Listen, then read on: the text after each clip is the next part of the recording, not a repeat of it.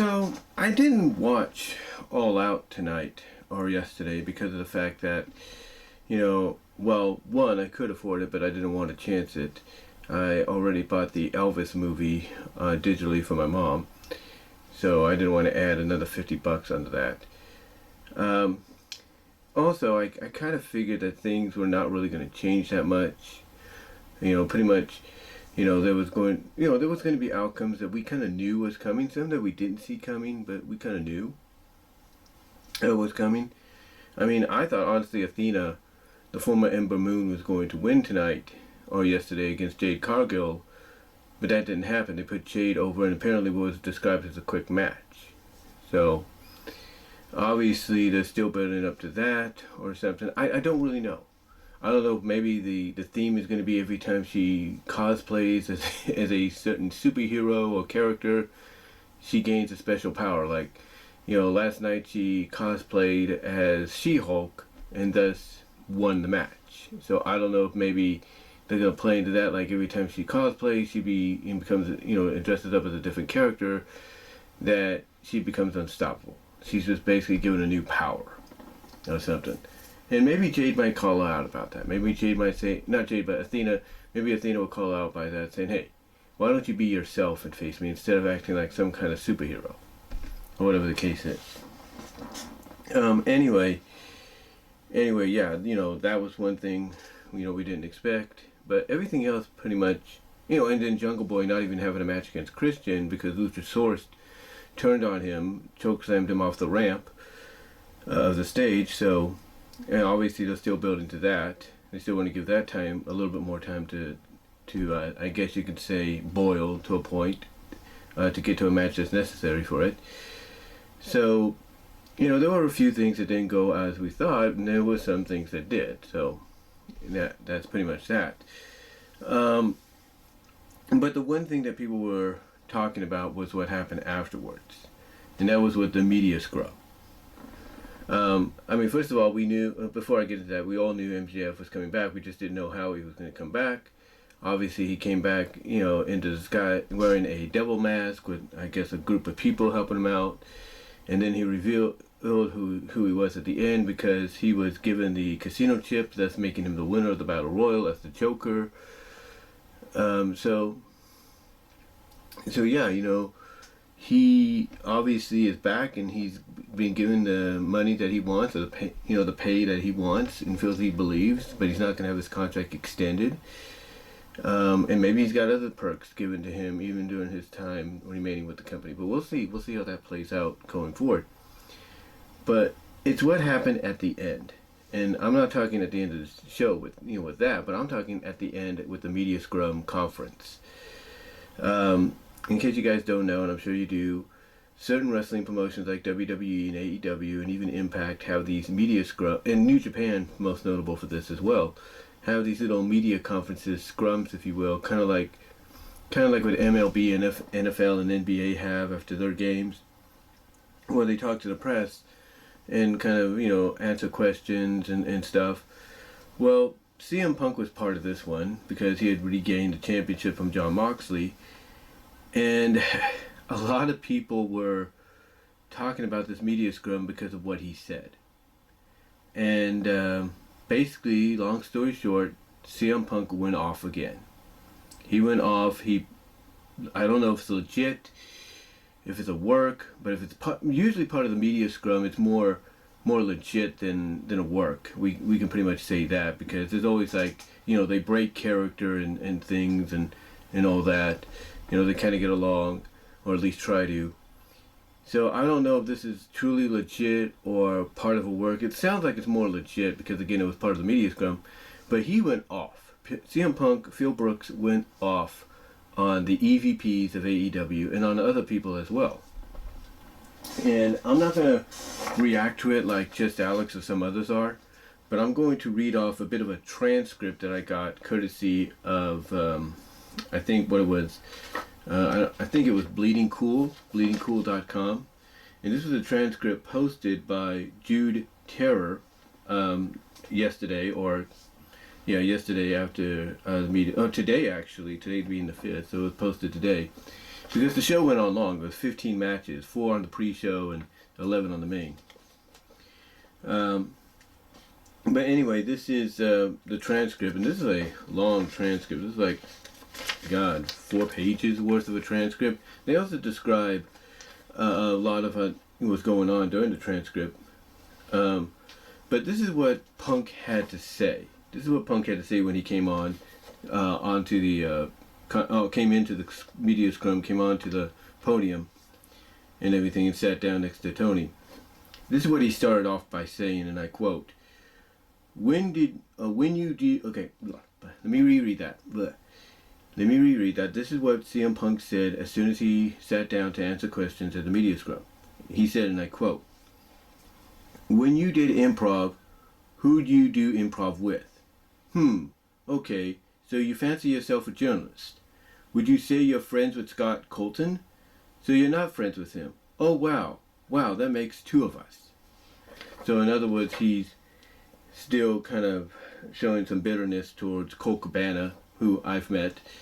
Punk continues on, and I quote, "My point is, if you fancy yourself a journalist, even if it's for the silly world of professional wrestling, and you have journalistic integrity, people who report things, mostly that are bullshit and slanderous lies against myself, if you are friends with somebody, if you're not friends with him, I apologize.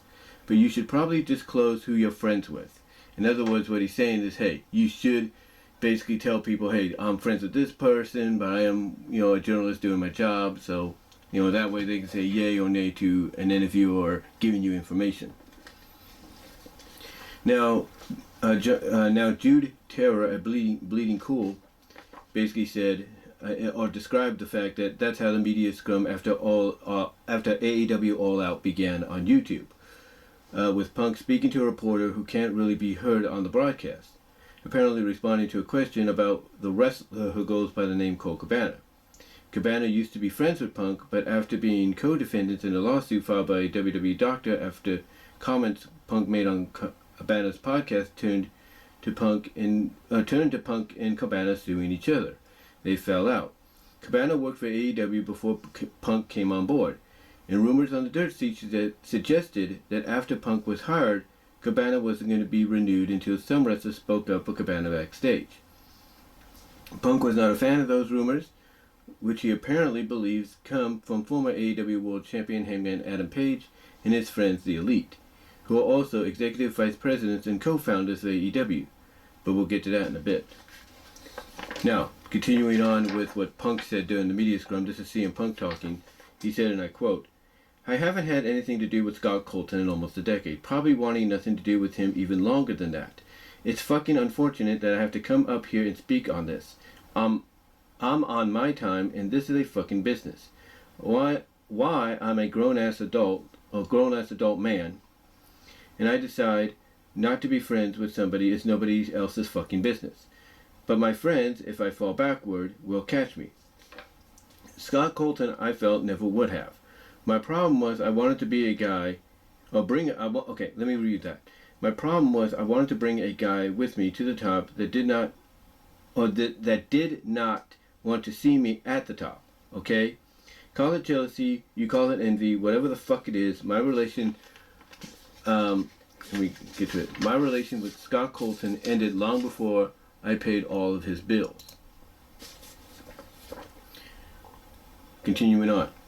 "I have every receipt, I have every invoice, I have every email. I have the email where he says, and I quote, 'I agree to go our separate ways. I will get my own lawyer.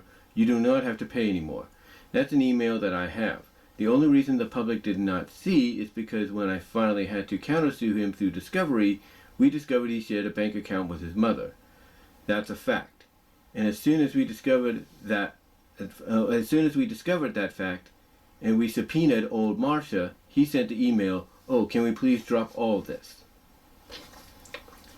Now, Punk continues on and says, "Now it's 2022. I haven't been friends with this guy since at least 2014, late 2013. And the fact that I have to sit up here because we have irresponsible people who call themselves EVPs and couldn't fucking manage a target," that's, I kind of heard that. I was like, dude, that's why I work. But I get what you're saying.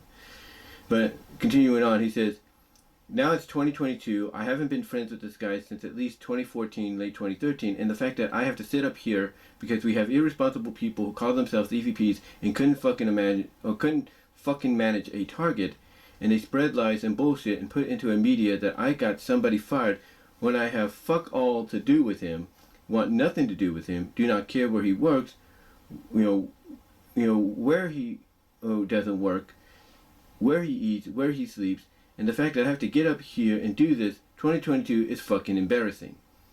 And if you're all at fault, fuck you. If you're not, I apologize.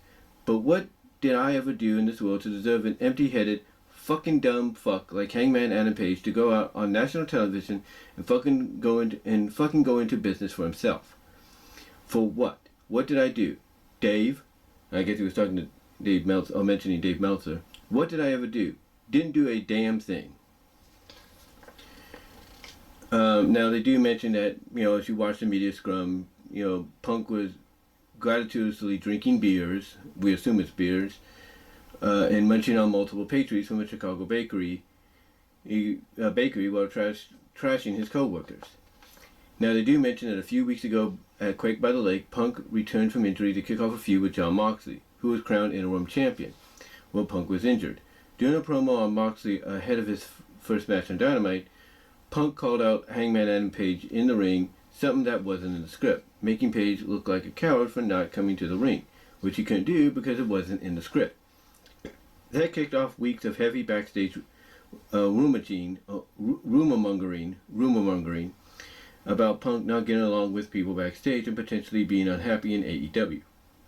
Punk and AEW seized the moment, and Punk lost in a squash match to Moxley the next week on Dynamite, only to show up the week after calling for a rematch, which he just won in front of his hometown Chicago.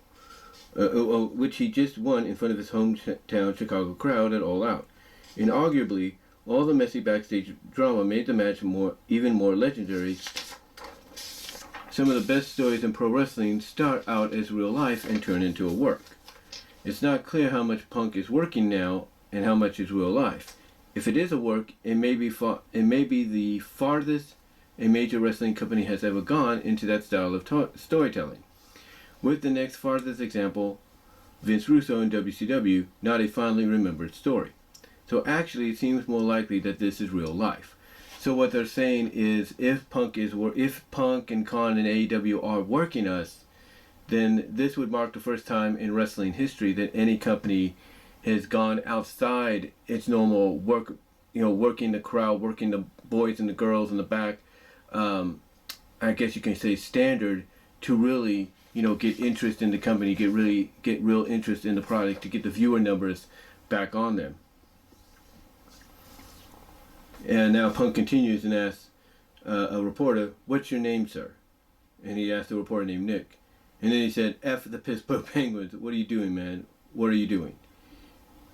And then they do describe that at this point, Tony Khan, the owner of AEW, who was sitting next to Punk the entire time, smiling awkwardly, tried to interject by saying, "I made it clear in Forbes, and I want to make it clear again."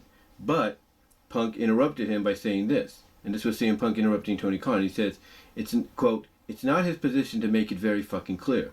There's people who call themselves EVPs that should have fucking known better. This shit was none of their business. I understand sticking up for your fucking friends. I fucking get it. I stuck up for that guy more than anybody. I paid his bills until I didn't, and it was my decision not to, basically." Now they do describe that Tony Khan tried again to take the blame for things getting out of hand, but Punk wasn't having it. Punk interjected again by saying, "I appreciate that, but I'm trying to run a fucking business. And somebody who hasn't done a damn thing in the business jeopardizes the first $1 million house that this company has ever drawn off of my back and goes on national television and does that. It's a disgrace to the industry. It's a disgrace to this company." Now, we're far beyond apologies, right? I gave him a fucking chance. It did not get handled. And you saw what I had to do, which was very regrettable, lowering myself to his fucking level. But that's where we're at right now. And I will still walk up and down this hallway and say, "If you have a fucking problem with me, take it up with me. Let's fucking go. What's your question, Nick?" And again, this was This was that reporter Nick that he asked the name of. And if you hear anything, it's dogs howling. Obviously, we have a train going by. This late at night, I don't know why. But continuing on, it says, Nick asked Tony Khan a question about MJF, who, by the way, returned at the end of the show to challenge Punk, which would be the absolute biggest story in wrestling to happen all month, if not for this interview. Punk let Tony talk briefly before jumping back in. And this is what Punk said after Tony kind of talked briefly. He said, he wants me to work with pricks constantly. That's what it is. And then Punk, I guess, continued on, and I think, yeah, there's more to this, man. There's more to this. Whew.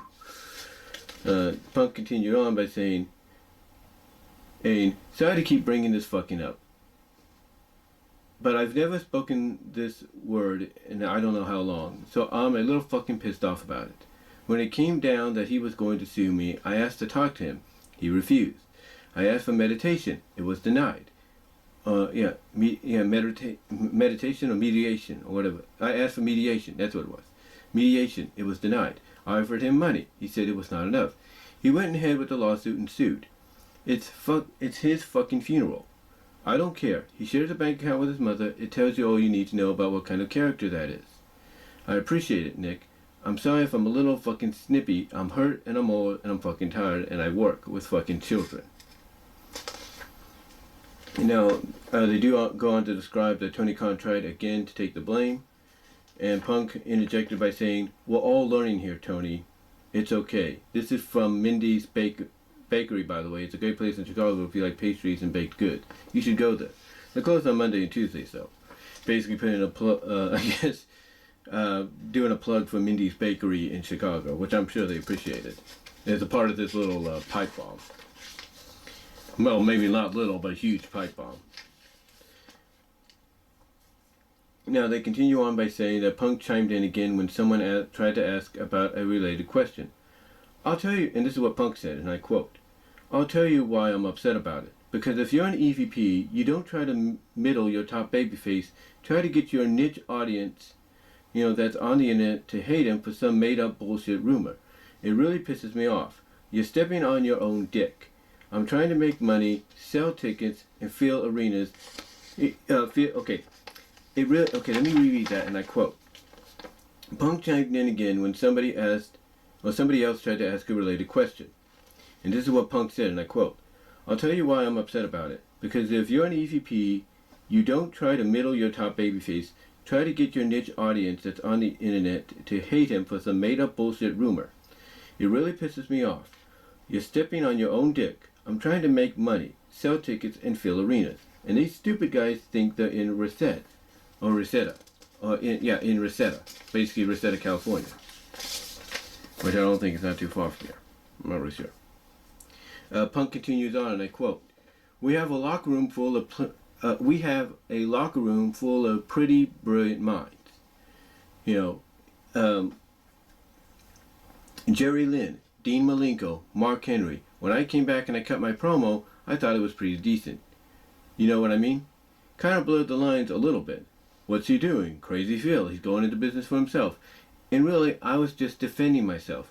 But you mix that in with attacking Moxley and mentioning Kingston, Eddie Kingston being the second best Kingston, which is a pretty great line, But our locker room, for all the wisdom and brilliance it has, isn't worth shit when you have an empty-headed idiot who's never done anything in the business, do public interviews and say, I don't really take advice. Who the fuck do you think you are? That's stupid. I'm on a team with Barry Bonds, Mark McGuire, Sammy Sosa, and I don't need to work on my swing. I'm not going to listen to these guys gonna tell me how to swing a baseball. Fucking go fuck yourself. That's how I feel about it. I dare you to say that to Terry Funk's face. I don't need to listen to you, Mr. Funk. I know what I'm doing. Fucking grow up. Now, continuing on, they described that Punk managed to mostly get back on track for the rest of the interview, only occasionally bashing Adam Page while answering questions. He did return to the subject one more at the end of his part of the scrum. And this is what Punk said, and I quote, The reason I never defended myself is because when you do, it sounds like you're just being defensive. But I've eaten shit on this subject for a very long time, and I'm very sad today that I have to get up here and say his name. He doesn't fucking deserve it. And talk about it. But facts are facts, you know. Name 2 people that have made the most money off the name CM Punk.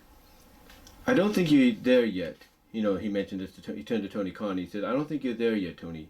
The first one's Vince McMahon, which of course Vince did. The second one is Scott Colton. I hope you all have a good night. Please be more responsible with the news you get from certain people, and just remember, we're human beings. Thank you. So, yeah.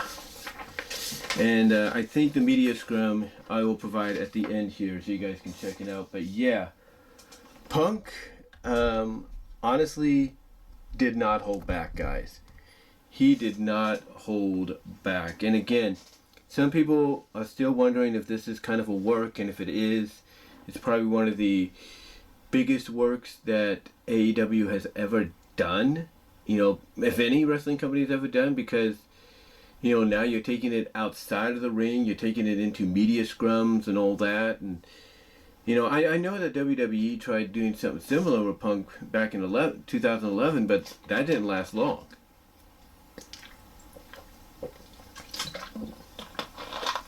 You know, that didn't last long at all. So yeah, even though they tried to salvage it on screen and in the ring and all that, it just didn't last. It didn't have that same flavor. So if this is a work, a true, genuine work that, you know, is going even outside of the ring, going outside any boundaries wrestling promotions have ever done, then it is brilliant. It is going to get eyes on the AEW product on Wednesday nights and Friday nights. And, you know, it's going to get buy rates for the pay-per-views on Fight TV, on Bleacher Report, on traditional pay-per-view. It's going to get some buys. But, you know, here's the thing, though. There are reports coming out that, you know, you look on social media, Omega and the Bucks, they aren't happy. They are not happy. They are pissed. They are pissed at what Punk has done here, or what Punk said. Now, I don't know if somebody's making up this story, but apparently another story is they are threatening. See what I'm just reading this offline. They are threatening to want to leave the company. You know, that is a fact. That they are threatening to want to leave the company and go elsewhere. Which, you know, if that does happen, it would be a huge blow to AEW, because now you're just, basically turning it into, another version of WCW. If you lose pretty much the heart, pretty much the foundation, you lose pretty much the foundation of your company, the heart of your company, the people that helped founded the company for you. So, there are rumors, like I said, that, and again, I don't know if this is 100% true, but there are rumors going around that they're threatening to leave the company because of what happened, because of what was said. And again, I'm not saying that's true or not, these are just rumors. But yeah, the thing though is they're not thrilled. They're not happy. And if this is legit... Oh, wait a minute. What's this? Wrestling Observer. Ooh, what's this? Okay, got a little bit more information here. It says this is from F4WOnline.com. It says altercation between Punk Young Bucks took place following media scrum comments. Okay, this is from and this is reported by J.J. Williams of F4WOnline.com. This is what he says, and I quote: "An altercation that was described as a melee broke out between the Young Bucks and CM Punk following Punk's comments at the All Out media scrum on Monday morning." On Wrestling Observer Radio, Brian Alvarez reported multiple sources saying that there was an altercation between two parties after Punk gave comments during the media scrum. A security guard was seen running out of the scrum shortly after Punk left. Tony Khan was not informed of the situation until after SCRUM wrapped up, and as of 1:41 a.m. Central Monday morning, which would still have been Sunday here, everyone was still in the building. Dave Meltzer described the situation as a melee. Punk sounded off on Monday's SCRUM, dismissing speculation regarding himself and Colt Cabana, who was moved to the ROH roster following Khan's purchase of the company earlier this year. He eventually made negative remarks regarding Hangman Page for his promo prior to their match at Double or Nothing earlier this year, and accused EVPs of spreading lies and bullshit to the media. And they do quote what I just read there. They finish off by saying that Punk regained the AEW Championship on Sunday, defeating Jon Moxley to win the title for the second time. The Young Bucks with Kenny Omega became the first World Trios Champions, defeating Page and Dark Order in the tournament final. So yeah, apparently there was an altercation, and there is video. In fact, I just saw this. I was thinking, what is this about? I don't know if somebody was just, commenting or something, but apparently there is video during Shane Strickland and Keith Lee's portion of the SCRUM with Tony Khan, where you see a security person leave the area and run down the hallway. He leaves the SCRUM, goes down the hallway, and obviously this is, let me see what it, here it is, Righteous Reg. At Righteous Reg, he said, I found the part of the security, and my my mouse just died. He said, I found the part of the security homie running out of the SCRUM. In other words, basically the part where the security ran out towards the altercation between Punk and the Bucks. Now again, like I said, there are rumors now speculating that Omega and the Bucks are threatening to leave the company because of what Punk said here. Basically, Punk was not, obviously Punk, I guess, was not supposed to, say that. And you even see Tony Khan looking towards the area where the security guard is running. He just ran out. He just left. He's like turns his head before continuing on with this portion of the media scrum with Shane and Keith Lee. But yeah, he just left. He just took off. So yeah, apparently, Punk's portion was, not Punk, but Lee and Strickland's portion of the scrum was after, Punk's, and apparently, like I said, somebody, oops, that's not the right one. Somebody just ran towards the back. Security guy just ran towards the back, almost like like he had to go take a dump or something like that real quickly. Yeah, and apparently there's an altercation, that took place that was happening. So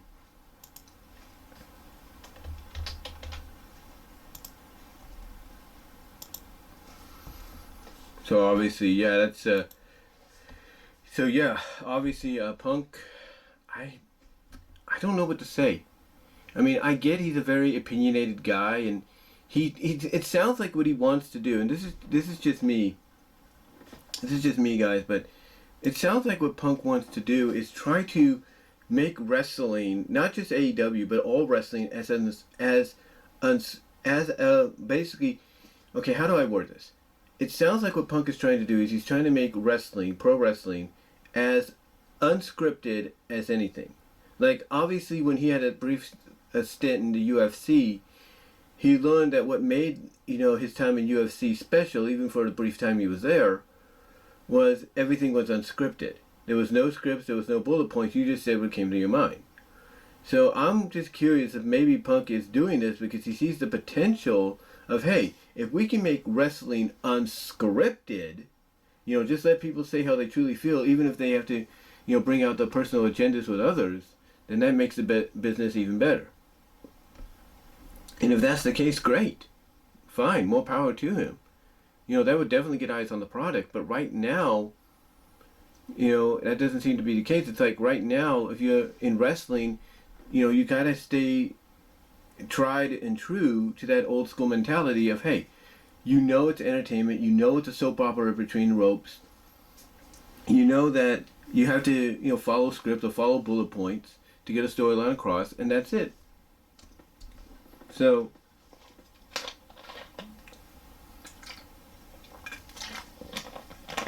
obviously it seems that Punk right now is basically just being himself, and not a lot of people are used to that. He's just, I think what it is that, you know, again, I think Punk realizes the more real you make the product, the more people are going to be invested. So I guess I'm assuming he believes that if he does this, it's going to give people more attention on the product, to get more attention on AEW, and that might be true. Even if, and you can see it in the media scrum, even if someone like Tony Khan is like, okay, Punk, you know, it's kind of awkwardly sitting there like, okay, Punk, you can tone it down now, you don't have to go that far, and yet, you know, CM Punk has. And here's the thing, when someone like CM Punk has an open forum and everything, and he's like, you know, I just want to get a lot off my chest, because again, when you're tired, here's the thing, he even said it himself, he's tired. He was tired. He worked a 20-minute, 30-minute match with Moxley, bled and everything. So when you're tired, your body is physically done, you're tired and everything, you know, you're not thinking straight. I mean, you are thinking straight, but sometimes you don't think straight enough because your brain is falling asleep. It's like your body is still going, but your brain's going like this.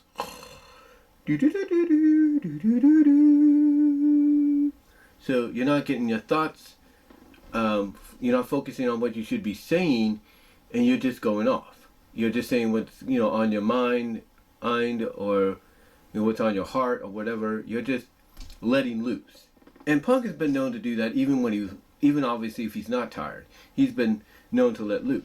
Let's be honest. He doesn't hold back. But, you know, when he has an opportunity, even in a tired state, to say all this, yeah, maybe he should have watched what he said, but still, it's like, you know, I think Punk just, you know, he just feels like, you know, with the promise of, hey, you got more freedom here, you can say whatever you want here, and stuff like that, he's bought into it. He's like, cool, I'll just say what I want. I don't care. I don't care if it offends people. I'm going to say what I want. And apparently it has offended people. It's offended the EVPs. It's offended, you know, Hangman Adam Page. It's offended Colt Cabana. It's offended a lot of people. Heck, it's making Tony Khan feel uncomfortable and awkward, because this is the guy that he, you know, went out of his way to bring back into wrestling, has the bragging right to say, hey, I did what WWE could not, to an extent, a big extent. You know, I did what they couldn't. You know, here's a guy in Tony Khan that, you know, could brag about that for as long as he wants, and he's given Punk the world, you know, since he's been there. But now he's in a situation to where it's like, okay, now what do I do? You know, I've given Punk the world. I've made him a 2-time champion. Now what do I do? And I think, you know, all of this is coming back to bite Tony Khan. I think it's all coming back to bite him, because he doesn't realize that, yeah, you might be a wrestling fan, you know, like the rest of us, and you want to give the wrestling fans what they want. But there's a time and a place, as I've mentioned before and others have mentioned before, there's a time and a place where you have to differentiate and separate, you know, being a fan and being a promoter, being a businessman. And this is the time and place where he has to step in and be a businessman. He has to step in and be, a promoter. You know, he has to do that.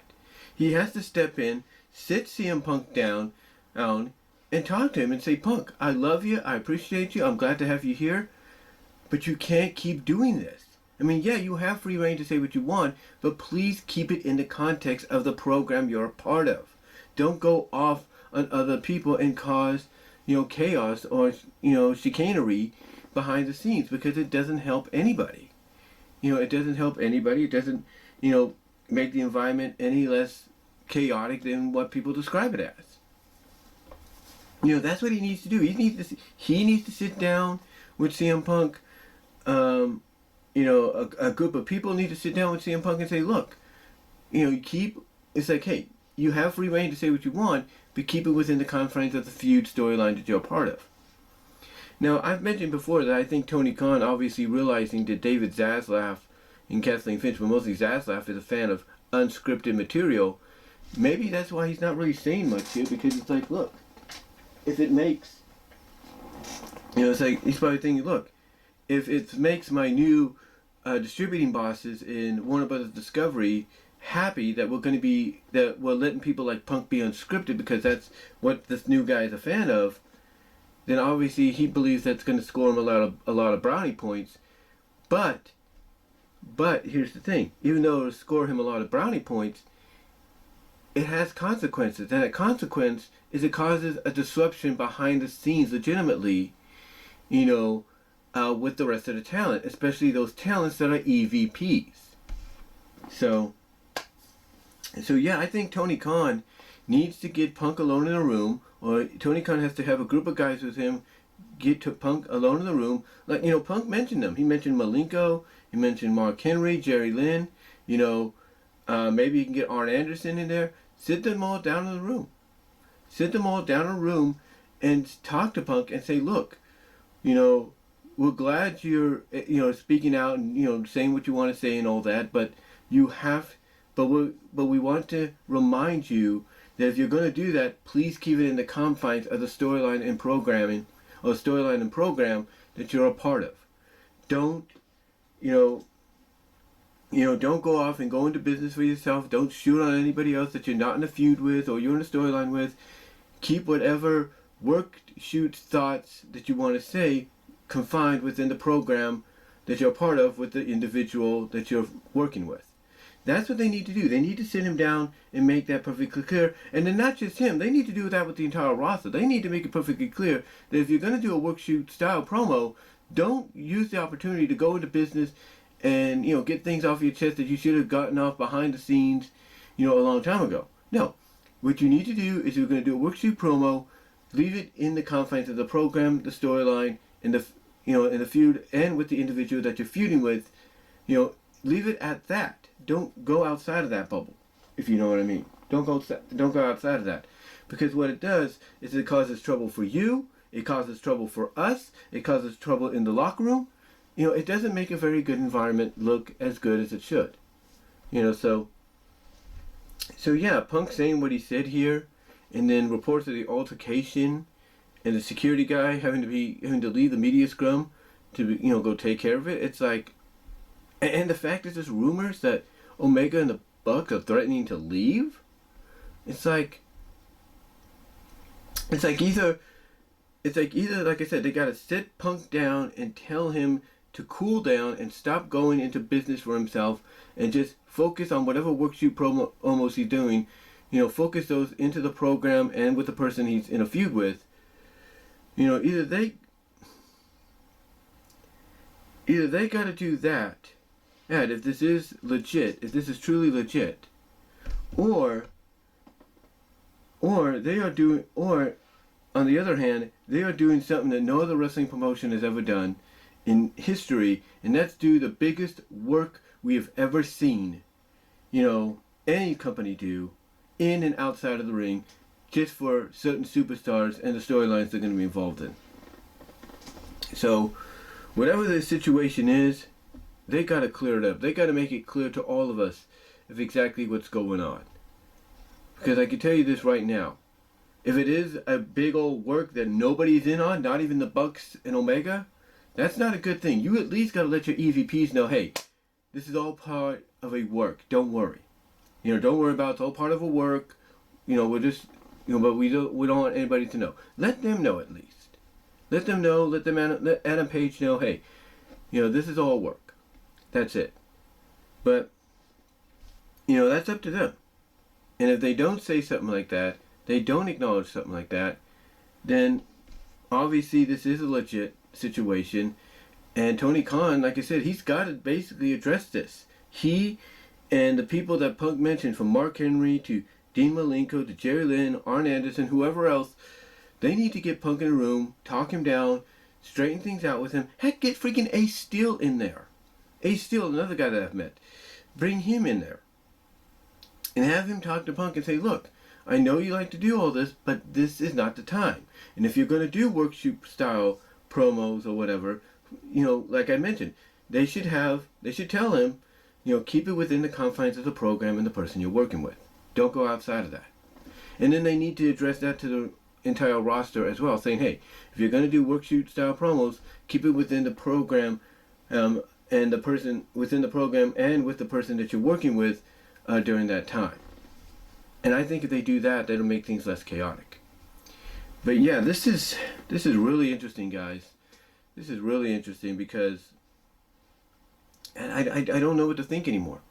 I don't know what to think as a wrestling fan anymore. I mean, I know Tony Khan obviously wants to get attention back on AEW because WWE is getting all this momentum, thrown their way now since Triple H has taken over. But we'll have to see. We'll have to see what they do. We'll have to see what they do starting this week because, the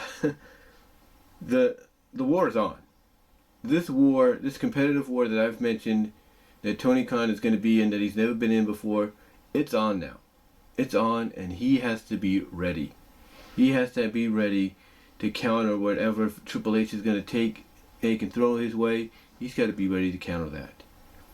And doing it, and if he feels going this route's going to do it, then fine. But he's got to make it clear to his roster that he's doing it. He's letting Punk say these things, even if it gets under the skin, because it gets attention on them and away from WWE. That's what he needs to do. That's what he needs to do, because if not, I don't know. And, the fact that you got the EVPs pissed off about this, I don't blame them for being pissed off. I don't. I mean, the fact that you're being compared to someone, the fact that they're coming out and saying, hey, these guys couldn't manage a fucking Target or a fucking retail store to save their lives. That's insulting to somebody like an Omega or a Matt and Nick Jackson, who basically love this business, understand what the fans want, and are willing to do what the fans want to see done. But again, this is also CM Punk we're talking about. This is also CM Punk we're talking about. So I don't know. It's going to be interesting to see where they go with this. It's going to be really interesting. But yeah, Punk did it again. And this time there was more to it even afterwards. Altercations and all that, and now rumors of, 3 of the founding fathers wanting to leave. It's like I don't think Tony Khan wants that. So again, he's gonna have to address this. He's gonna take care of this soon, because if he keeps letting this happen, even after shows, especially after shows, I do not envy Tony Khan. I do not. So let me know what your guys' thoughts are though on this. How do you feel about it? How do you feel about Punk going into business for himself? Saying what he did. Not just going into business for himself, but basically pipe bombing, shooting, during the media scrum. What are your thoughts overall? Comment down below. Live chat during the premiere. Like the video. Super thanks will be on afterwards. Super chat, super stickers during the live chat. You can check me out at Venmo at Brian-Womer-2 and Cash App at BWRoses98 to help support me there. As well as check me out at Twitter, Twitter at BWRoses90. I think at BWRoses on Twitter. Let me just make sure of that, because I got 2 Twitters. Yeah, at BWRoses. You can check me out at Twitter there. Also you can check me out at Vimeo at BWRoses for content you can't get here on YouTube. Also check me out at my Teespring store for stuff you can purchase there in time for the school year. We really appreciate it if you guys can look into that. As well as check me out at DeviantArt.com at BVW1979 and at Patreon.com at BWRoses at the $1 or $3 tier. But let me know what your guys' thoughts are on this. I'd love to hear from each and every one of you on it. And until then, I'm out.